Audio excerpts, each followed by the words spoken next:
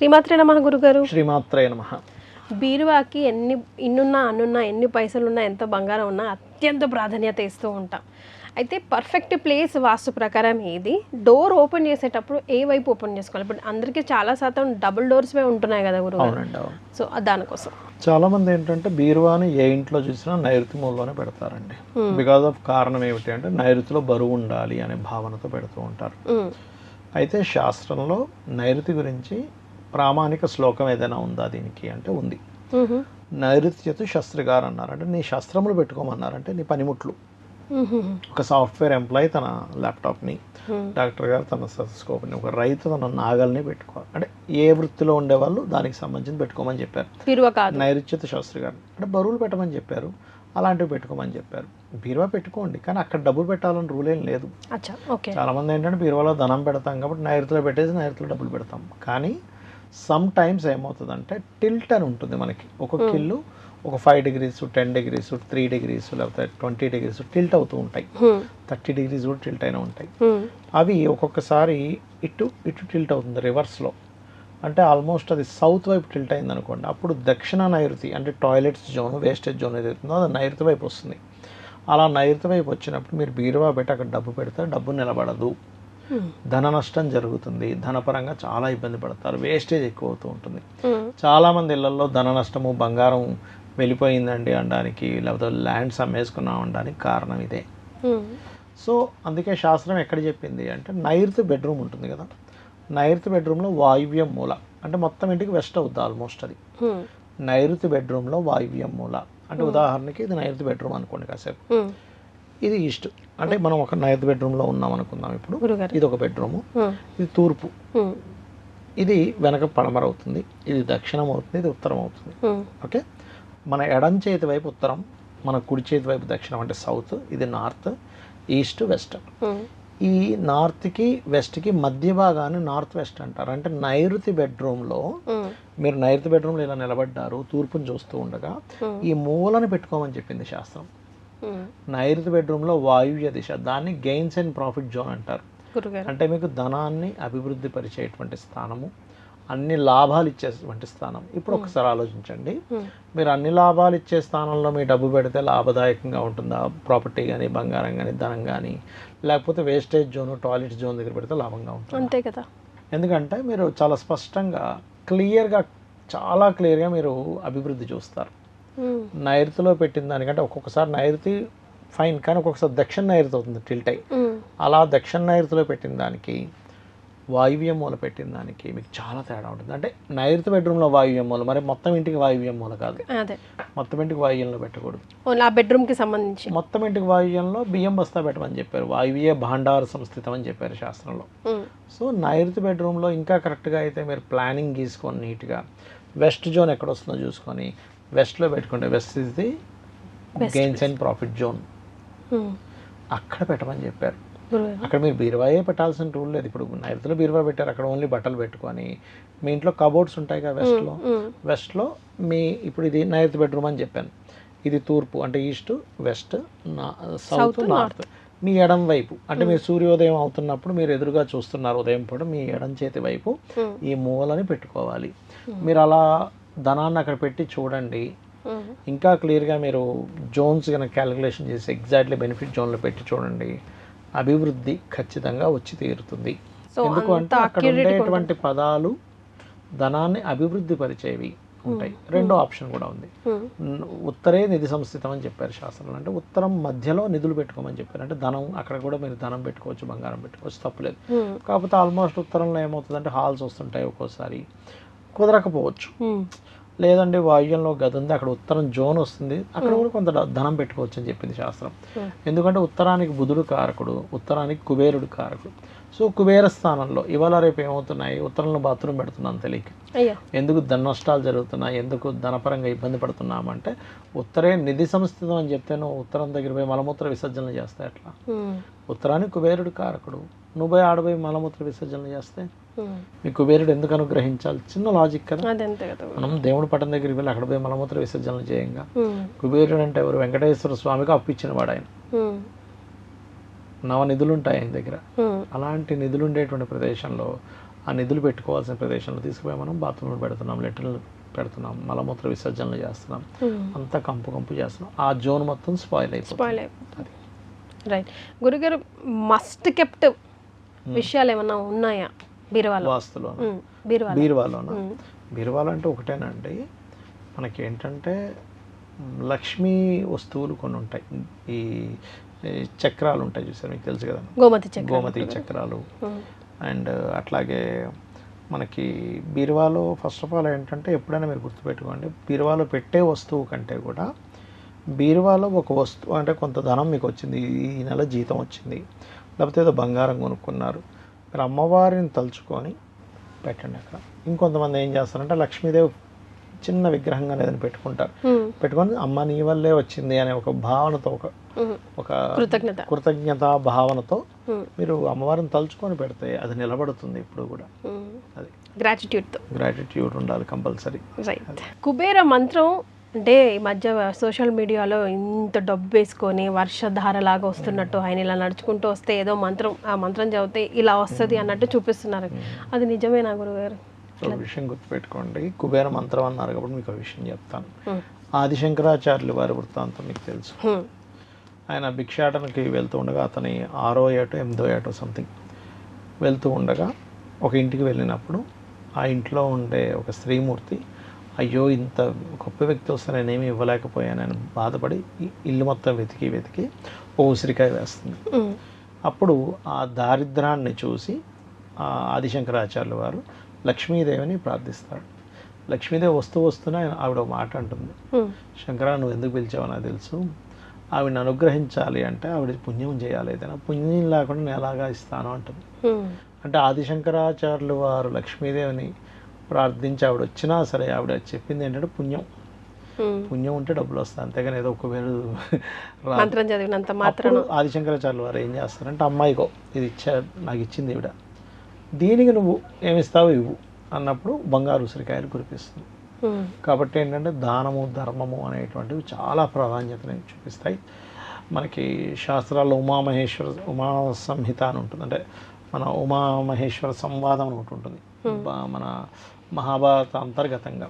అందులో కూడా పార్వతీదేవి ఇలాగే అడుగుతుంది, ఏమిటి కొంతమందికి ఏమీ ఎంత కష్టపడ్డా డబ్బులు రావు, కొంతమందికి ఉట్టిన ఈజీగా వస్తుంటాయి, ఎందుకు కొంతమందికి అన్నీ ఉన్న అనుభవించలేకపోతుంటారు, ఎందుకు కొంతమందికి ఏమీ లేకపోతే అన్నీ అనుభవిస్తుంటారంటే చెప్తాడు పరమేశ్వరుడు, పూర్వజన్మల్లో అన్నీ ఉండి కూడా ఎవరికి రూపాయి పెట్టలేదు, అందుకే వీడి దగ్గర అన్నీ ఉంటాయి కానీ ఇది అనుభవించడు. మరి ఇంకో వ్యక్తి లేకపోయినా సరే ఉన్న దాంట్లో పక్కవాడికి పెట్టి ఉన్న దాంట్లో అతని జీవితాన్ని గడిపించాడు, అందుకే ఆయనకి ఏమీ లేకపోయినా సరే అన్నీ ఉండేలా కొనసాగుతూ ఉంటుంది అని.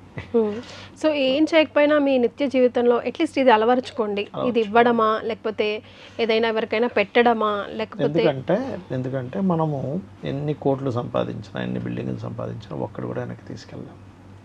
మనం తీసుకెళ్ళగలిగేది ఓన్లీ పాపం పుణ్యం అనేటువంటిది పరోపకారం చేయడం ద్వారా పుణ్యం వస్తుంది, పరపీడనం ద్వారా పాపం వస్తుంది. సో ఈ రెండిట్లో మీరు ఏది ఎక్కువ తీసుకెళ్తారో డిసైడ్ అయ్యి తీసుకెళ్ళాలి. సో నిత్య జీవితంలో ఏం చేయడం అలవరుచుకోవాలి గురుగారు? ఒకటి, ఇప్పుడు కొంతమంది మీరు ఇందాక కూడా అన్నారు, కొంతమంది ఎంత చేసినా స్టాగ్నెంట్ అక్కడే ఆగిపోతుంటారు, ఆ దరిద్రం నుంచి బయట పడలేకపోతారు ఎన్ని రకాల ప్రయత్నం చేసినా. అట్లాంటి వాళ్ళు ఇది చేసి చూడండి. దారిద్రాన్ని తొలగించేటువంటిది లలితా సహస్రనామాల్లో ఒక నామం ఉంది, ఓం కనకాంగద కేయూర కమనీయ భుజాన్వితాయే నమః. ఖచ్చితంగా దారిద్ర నాశనం జరుగుతూ ఉంటుంది. ఎందుకంటే అమ్మవారి యొక్క భుజములని కీర్తించేటువంటి మంత్రం అది. ఇదేంటి అమ్మవారి భుజాలను కీర్తిస్తే మనకెందుకు దారిద్రం పోవాలంటే, భుజాలు అనేది 3rd హౌస్. ఎవరికైనా 3rd హౌస్ కంప్లీట్గా పాడైపోతే మనకి దారిద్రం ఉంటుంది, అడుక్కునే అంత దారిద్రంలోకి వెళ్ళిపోతాడు.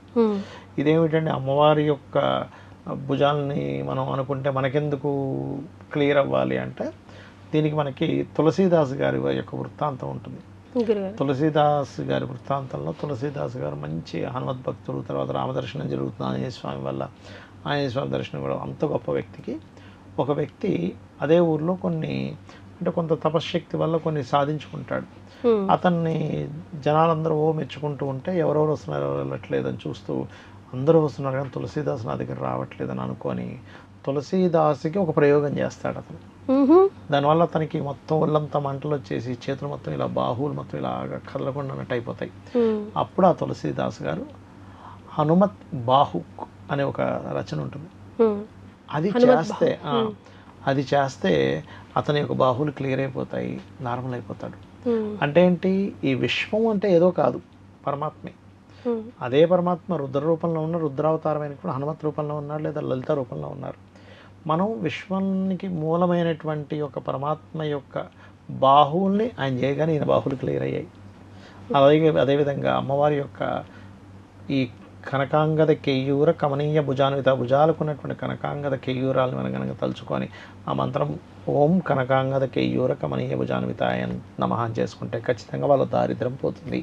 గురుగారు, బంగారాన్ని కాళ్ళ మెట్టెలుగానో లేకపోతే పట్టీలుగానో పెట్టుకోకూడదు అంటారు. కానీ ఈ మధ్యకాలంలో పెట్టేసుకుంటున్నారు. మరి అది పంచలోహాలో బంగారమో తెలియట్లా. డైమండ్స్ కూడా పెట్టేసుకుంటున్నారు ఫర్ దట్ మ్యాటర్. పెట్టుకోవాలా పెట్టుకోకూడదా, ఏమైనా ఉపశమనం ఉందా, పెట్టుకుంటే ఏంటి? వెండిని పెట్టుకోమని చెప్పారు శాస్త్రంలో. బంగారం పెట్టుకుంటే ఏమవుతుంది అంటే భార్యాభర్తల మధ్యన ఉండేటువంటి సఖ్యత తగ్గుతుంది. ఎందుకు, దానికి రీజన్ ఏమిటి అంటే గోల్డ్కి గురువు రవి ఇద్దరు కారకులు మెయిన్గా. ఇంకోటి ఏమవుతుందంటే బంగారాన్ని ఈ నడుము భాగం నుంచి పై భాగం వరకే పెట్టుకోవాలి, కానీ దీనికంటే కిందన పెట్టుకోకూడదు పొరపాటును కూడా. ఇక్కడ ఏంటంటే అసలు మనం ఎందుకు పెట్టుకుంటున్నాము, మట్టెలుగా కానీ లేకపోతే గజ్జలుగా కానీ వెండే ఎందుకు వాడుతున్నాము అంటే కూల్, చల్లదనానికి కారకము. మన యొక్క ఎనర్జీ మొత్తము కూడా మన పాదాలతో సంబంధం ఉంటుంది. అందుకే చూడండి, ఖాళీ పాదాలతో తిరగండి. మనకి ఏదైనా కొన్ని ఇవాళ రేపు మీరు కనుక గమనించినట్లయితే షుగర్కి కూడా ఈ కాకరకాయ యొక్క దంచేసి మనం దాని మీద పాదాలు పెడుతున్నాం. జ్యూస్ తాగేది వేరు, జ్యూస్ చేసి కాలంలో పెడతాం. అంటే పాదాలకి మన ఆరోగ్యానికి సంబంధం ఉంది. ఓకే, సంబంధం ఉన్నప్పుడు కొన్ని మెటల్స్ ఆరోగ్యాన్ని బాగు చేసే దాంట్లో కూడా పనిచేస్తాయి. మీరు కనుక ఆయుర్వేదం మెడిసిన్స్ కానీ కొన్ని మెడిసిన్స్లో కూడా మనకి గోల్డ్, సిల్వర్ ఇవి వాడతారు.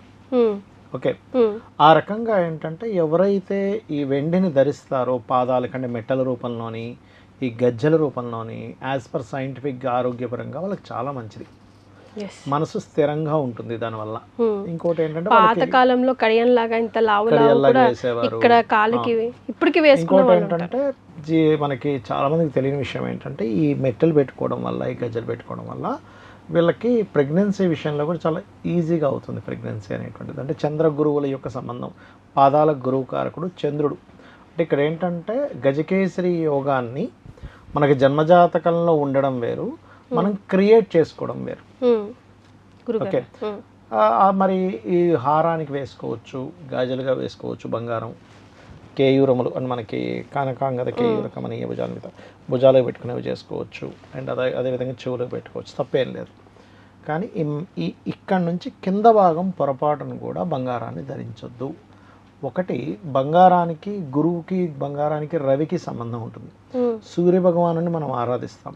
గురుగ్రహాన్ని మనం అంటే గురువుని మనం గౌరవిస్తాం.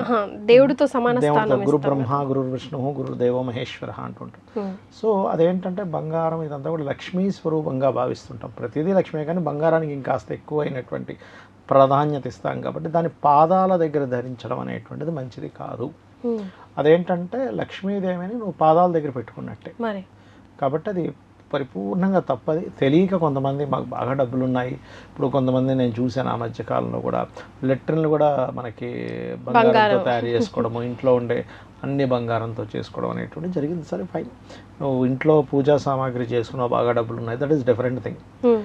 కిరీటం పెట్టుకున్నావు, దట్ ఈస్ డిఫరెంట్ థింగ్. కానీ నువ్వు హీన స్థాయిలో చూడకూడదు.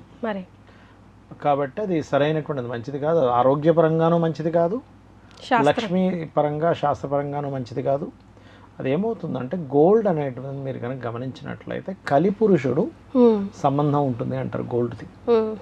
అందుకని ఏంటంటే బంగారాన్ని నువ్వు ఒక లక్ష్మీప్రదంగా చూస్తూ దాని గౌరవం ఇచ్చినప్పుడు అది ఇచ్చే రిజల్ట్ వేరేగా ఉంటుంది. దాన్ని ఇంకొక రకంగా నువ్వు కనుక దాన్ని వాడినప్పుడు అది ఇచ్చే రిజల్ట్ చాలా ఇబ్బందికరమైనటువంటి విషయాల్లోకి తీసుకెళ్తూ ఉంటుంది. కానీ ఇంత పెరుగుతున్నా కూడా కొనుగోలు చేయడం మాత్రం, పెళ్లిల్లో హడావుడి చేయడం మాత్రం అసలు ఎక్కడ కూడా ఎవరు కూడా. 3 విషయాలు. ఒకటి, మీకు మనీ రూపంలో లిక్విడ్ క్యాష్ అంతా మీకు ఉంటుందో బంగారం రూపంలో కూడా అంతే. ఎందుకంటే మీరు ఇప్పటికిప్పుడు ఇమీడియట్లీ మీరు క్యాష్ చేసుకోగలరంటే ఓన్లీ గోల్డ్. అవసరానికి ఆదుకునేది. రెండవది ఏంటంటే దాని విలువ పెరుగుతూ ఉంటుంది, మీకు సొసైటీలో విలువను పెంచుతుంది గోల్డ్. కరెక్ట్ గురుగారు, అంతే కదా, స్టేటస్ సింబల్. అంత స్టేటస్ని పెంచుతుంది, మీకు ఇమీడియట్లీ క్యాష్ ఇస్తుంది. అందుకని అందరూ కూడా ఇది చేస్తూ ఉంటారు మెయిన్గా. అనుకోండి ల్యాండ్ అనుకోండి, ఇమీడియట్లీ మీరు క్యాష్ చేసుకోవచ్చు. 1 month పట్టొచ్చు, 2 months పట్టొచ్చు, 1 week పట్టొచ్చు, 1 year పట్టొచ్చు, చెప్పలేము. అవునండి గురుగారు. ఇప్పుడు మీ లెక్క ప్రకారం గోల్డ్ పరిస్థితి ఎలా ఉండబోతుంది? ఏమైనా తగ్గుతుందా? అసలు సూపర్ హైలోనే ఉంది. నేను ఆల్రెడీ ఒక 6 months నుంచి చెప్పుకుంటూ వస్తున్నాను. ఇప్పుడు వెండి మనకి 80,000 90,000 ఉన్నప్పుడే చెప్పాను. ఇది ఎందుకు పెరుగుతుందో అర్థం కాదు, మన వీడియోలో ఉంది, 1.5 విపరీతంగా పెరుగుతుంది అని చెప్పాను. అది 4.25 దాకా వచ్చి ఇప్పుడు 3 దగ్గరేమో తిరుగుతుంది వెండి. బంగారం కూడా ఎలా ఉంటుందంటే, ఈ గురువు అతిచారము అంటారు. అంటే 3 రాసులు ఒకే సంవత్సరం మారుతున్నాడు. ఈ సంవత్సరం లాస్ట్ ఇయర్ కూడా అలాగే మారాడు. గురువు లాస్ట్ ఇయర్ అతిచారంలో ఉన్నాడు కాబట్టి అప్పుడు మనం ఆ ప్రొటెక్షన్ అమ్మవారి అనుగ్రహం వల్ల ఇవ్వడం జరిగింది. అదే రకంగా పెరిగింది. ఈసారి కూడా మారుతున్నాడు. తగ్గేది మాత్రం కనిపించట్లేదు అక్కడ. ఏదైనా తగ్గితే 5,000 తగ్గినట్టు తగ్గి మళ్ళీ 3,000 పెరగడం, మళ్ళీ 10,000 తగ్గినట్టు తగ్గి 12,000 పెరగడం అనేటివి ఈ ఫ్లక్చువేషన్ మాత్రం అవుతూనే ఉంటుంది. కాకపోతే ఇంకొంచెం పెరిగే ఛాన్సెస్ ఎక్కువ ఉన్నాయి. కానీ 2 వరకు వెళ్ళిపోతుందా గురుగారు? వెళ్ళొచ్చు, అదేం పెద్ద విషయం కాదు. కాకపోతే మళ్ళీ తగ్గుతూ ఉంటుంది. ఇక్కడ ఏంటంటే ఈ తగ్గడం పెరగడం అనే ఫ్లక్చువేట్ మాత్రం అవుతూ ఉంటుంది. వేలల్లో పెరిగి పైసల్లో తగ్గుతుంది కదా గురుగారు, ఏం లాభం మరి. కాకపోతే ఏంటంటే పాపం అందరూ మధ్యతరగతి వ్యక్తి మాత్రం చాలా బాధపడుతున్నాడు అండి. నేను వాళ్ళు అందుకొని ద్రాక్ష ధనం ఇచ్చిన దానికి బంగారం పెట్టిన దానికి ఒక ఎఫెక్షన్ వేరే ఉంటుంది. మేము 5 లక్షలు బంగారం ధనం ఇచ్చేస్తామంటే అనొచ్చు. కానీ అదే మీకు బంగారం ఒక 5 తులాలు వచ్చేలా ఉందనుకోండి, 5 తులాలో 7 తులాలో 5 లక్షలకి, అప్పుడు సాటిస్ఫాక్షన్ వేరే ఉంటుంది. నేను మా అమ్మాయికి నగబెట్టాను అనే సాటిస్ఫాక్షన్కి, డబ్బులు ఇచ్చాను అనే సాటిస్ఫాక్షన్. ఇదివరకు 1,00,000 రూపాయలు కనీసం 2-3 తులాలు వచ్చేది. అంటే కనబడుతుంది జీవితాంతం మీకు ఒక ఆభరణ రూపంలో అమ్మాయి నేను మా అమ్మాయికి పెట్టగలిగానని ఒక సాటిస్ఫాక్షన్ ఉంటుంది. డబ్బులు ఇచ్చేస్తే మరి మాటిమాటిగా ఆ డబ్బు పట్టుకుని తిరగదు కదా అమ్మాయి. కాబట్టి ఏంటంటే, ఒకటి ఎవరైతే తారా సాధన చేస్తారో, మనకి తారాదేవి బీజాక్షరాలతో మంత్రం ఉంటుంది, బీజాక్షర సహితంగా కూడా ఉంటుంది. తారే తుతారే తోరే స్వాహ. ఇది గనక ఎవరైతే చేస్తారో నిత్యము కూడా కనీసం రోజుకు ఒక ముహూర్త కాలం అంటే 48 నిమిషాలు ఎవరైనా చేస్తే ఖచ్చితంగా వాళ్ళకి బంగారం అనేటువంటిది రావడం జరుగుతుంది. వాళ్ళకి తారే తోరే స్వాహ, తారే తుతారే తోరే స్వాహ. దీనికి యాక్చువల్లీ ముందు బీజాక్షరాలు ఉంటాయి. కాకపోతే ఇదేంటంటే మనకి నేపాల్ సైడు, అదేవిధంగా మనకి వేరే కొన్ని దేశాలు ఉన్నాయి, వాళ్ళు ఎక్కువగా ఇది వాడతారనమాట. బంగారానికి అంటే తారాదేవికి బంగారానికి సంబంధం ఉంటుంది. తారాదేవి ఉపాసన చేసిన వాళ్ళు ఒకప్పుడు అంటే చాలా తీవ్రంగా చేసిన వాళ్ళకి ఆవిడ వచ్చి బంగారం ఇచ్చి వెళ్తుంది యాక్చువల్గా. కానీ అంత సాధన చేయాలంటే మామూలు విషయం కాదు. సో బంగారాన్ని నడుము కింద ఎట్టు పరిస్థితుల్లో ధరించరాదు, అది పూర్తిగా నిషిద్ధం. రాబోయే కాలంలో పెరిగే అవకాశమే ఉంది. వేలల్లో పెరిగి మేబీ పైసల్లో తగ్గుద్దేమో, 100ల్లో తగ్గుతుంది, పెరుగుతుంటుంది. కానీ మరీ 1,00,000కి ఇప్పుడు కొంతమంది అనాలిసిస్లు వాళ్ళ ఆలోచన వాళ్ళది, మనం ఎవరిని తప్పు కట్టకూడదు. 60కి వచ్చేస్తుంది, 50కి వస్తుంది, 30కి వస్తుంది అంటున్నారు. కానీ అవి ఏమీ కూడా జరగవు. అసలు 1,00,000కు వస్తుందో లేదో వస్తుంది, చాలా కష్టం. వస్తే అదృష్టవంతులమే. రైట్ గురుగారు, ధన్యవాదాలు. శ్రీమాత్రే నమః. And for more videos, please subscribe to iDream channel. Subscribe to iDream Media. Please subscribe to iDream. Please subscribe to iDream. Please subscribe iDream. And please subscribe to iDream. For more videos, subscribe to iDream. please like, share and subscribe to the channel. Congratulations, iDream. Subscribe to iDream. Subscribe to iDream. So subscribe to iDream Media. iDream ki iDream team andarki huge congratulations. Please subscribe iDream Media. Please subscribe to iDream. Subscribe iDream. Please subscribe to iDream. iDream అంటే నా కళల channel subscribe చేసుకున్నారు, నోరు తిరుగుతలేదు, మీరైతే గంట గుర్తు కొట్టండి. For more such videos, please subscribe to iDream. Subscribe to iDream. Please subscribe to iDream. Please subscribe iDream Media. Please do subscribe to iDream. Please subscribe to iDream Media. For best entertainment and information, please subscribe iDream. And don't forget to subscribe to iDream.